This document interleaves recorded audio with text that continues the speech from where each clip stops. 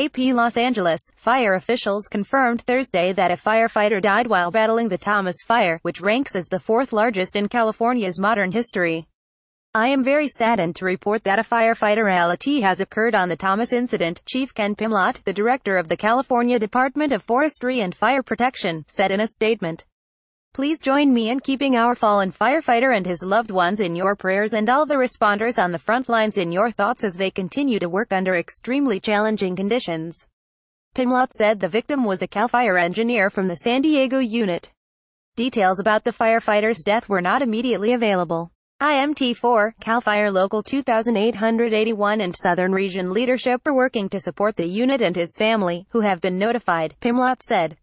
Despite a couple of days of reduced winds and feverish efforts by firefighters to establish new containment lines, the 242,500-acre Thomas Fire has surpassed the size of the Zaca Fire, which scorched Santa Barbara County in 2007, according to Dave Zanaboni, a spokesman for the Santa Barbara County Fire Department.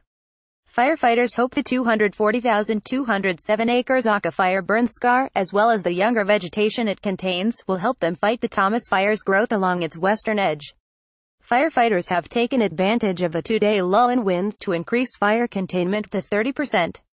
Those efforts could bend soon, however, as forecasters predict a new blast of Santa Ana winds Thursday, and sundowner winds over Santa Barbara County on Friday. In Thursday's incident report, fire officials said they didn't expect to reach containment of the blaze until January 7, more than 3 weeks from now. The state of California began keeping records of wildfire acreage in 1932. While other large fires raged on the West Coast prior to that year, those records are less reliable, according to the California Department of Forestry and Fire Protection. At a morning briefing Thursday, fire commanders said another day of extremely low humidity and moderate winds would greet firefighters as they continued to build containment lines above Carpinteria, Montecito and Santa Barbara. The mountains north of the coast produce notoriously unpredictable and dangerous conditions for firefighters, said fire behaviorist Tim Chavez. In the Matilaha Wilderness, which straddles the border between the two counties, observers saw 50-foot flames backing down a hillside overnight, he said. It's unusual to see flames that tall working their way down a mountain, officials said.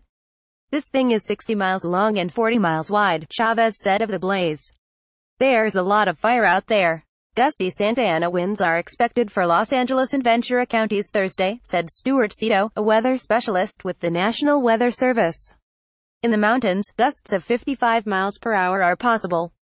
In the valleys, 15 to 25 miles per hour gusts are predicted, with some gusts of up to 40 miles per hour, Cito said. Over the past few days, a break in the weather has allowed firefighters to increase containment. That's the thing, it's just going to do the opposite now. The humidities are still down in the single digits, Cito said. These winds, especially in the mountain areas, are really going to starting the fire around again. What it does is carry the embers further down and can create more fires. Winds will be north to northeast, and usually the Ventura side is more affected than the Santa Barbara side, Cito said. But it's still going to have an effect up in the mountain areas of Santa Barbara, he added. Winds up there will be up to 25 miles per hour and a little gusty, so there's still going to be a big concern up in that area, he said.